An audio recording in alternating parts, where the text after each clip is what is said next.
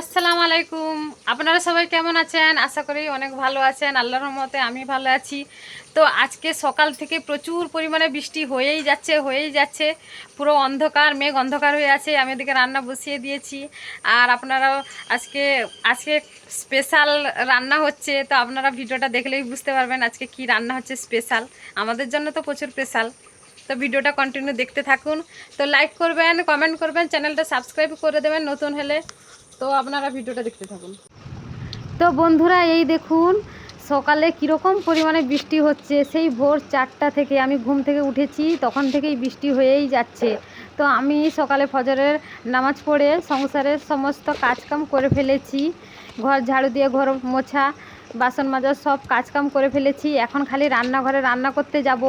এখন দাঁড়িয়ে খালি দেখছি বৃষ্টি, কত পরিমাণে বৃষ্টি হচ্ছে, আর আপনাদের সঙ্গে ভিডিওটা শেয়ার করছি। ভালো লাগলে লাইক কমেন্ট শেয়ার করে দেবেন। এই দেখুন আমি রান্নাঘরে এখানে ভাতটা দেখছি, ভাতটা প্রায় হয়ে এসেছে। আর এখানে আমি আদা রসুনকে ভালো করে পেস্ট করে নিচ্ছি শিলনোড়াতে। তারপর আমি রান্না করতে যাব।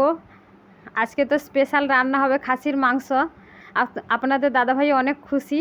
তো আপনারা ভিডিওটা দেখতে থাকুন, অবশ্যই আপনাদের ভালো লাগবে।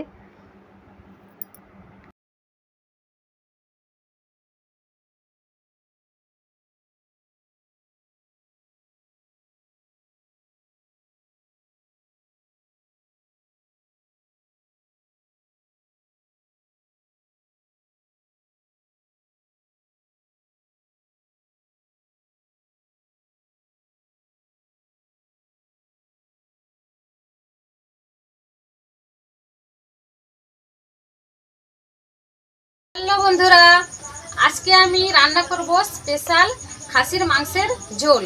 তো এখানে কি কি উপকরণগুলো নিয়েছি দেখিয়ে দিই। এখানে আছে 1 কিলো খাসির মাংস, এখানে আছে লঙ্কা গুঁড়ো, হলুদের গুঁড়ো, এখানে আদা রসুনের পেস্ট আছে, কাঁচা লঙ্কা আছে, আর এখানে আছে টক দই, এখানে আছে পেঁয়াজ 1 কাপ, পেঁয়াজ কুচি, আর এখানে তেজপাতা, দারচিনি আর এলাচ আছে, আর এখানে আছে জিরে গুঁড়ো। তো আপনারা ভিডিওটা দেখতে থাকুন।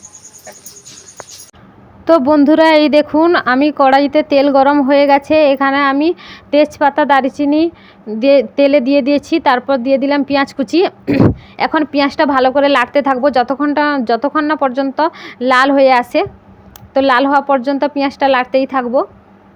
লাল হয়ে এলে তারপর আমি আদা রসুনের পেস্ট দিয়ে আবার খানিকক্ষণ 5 মিনিট পর্যন্ত লাড়বো। তারপর সব রকম মশলা দেবো। আপনারা ভিডিওটা দেখতে থাকুন।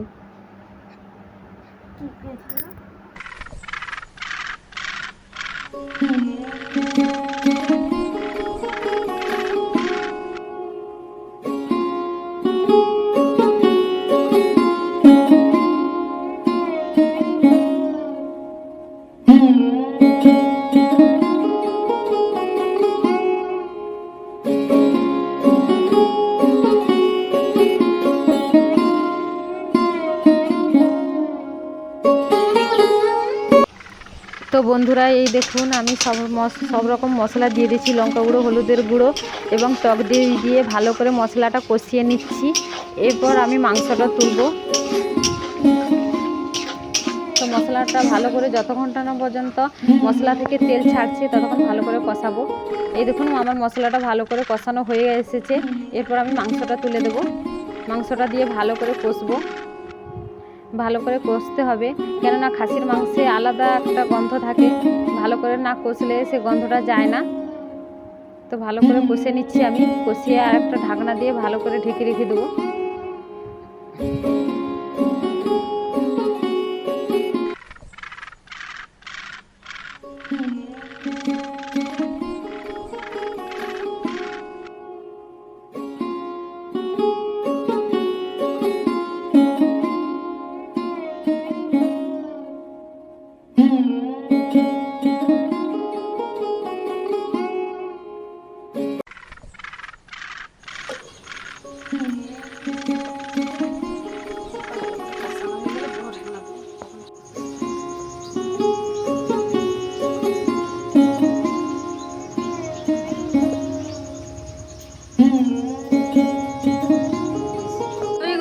পাপা, বলো। আজকে তো তোমার পছন্দের খাসির মাংস রান্না করছি। তুমি কি বলছো? তুমি খুশি তো? হ্যাঁ, খুশি। আচ্ছা, অনেক দিন ধরে বলছিলে না যে মনিরা তুমি খাসির মাংস রান্না করো রান্না করো। তো অনেক দিন হয়ে গেল, খাসির মাংসের দাম তো প্রচুর, আমাদের মতো নিম্নবিত্ত মানুষের তো পক্ষে খাওয়া সম্ভব না। সেই জন্য প্রায় 1 বছর মতো হয়ে গেল খাওয়া হয়নি। 1 বছর পর আজকে রান্না করছি।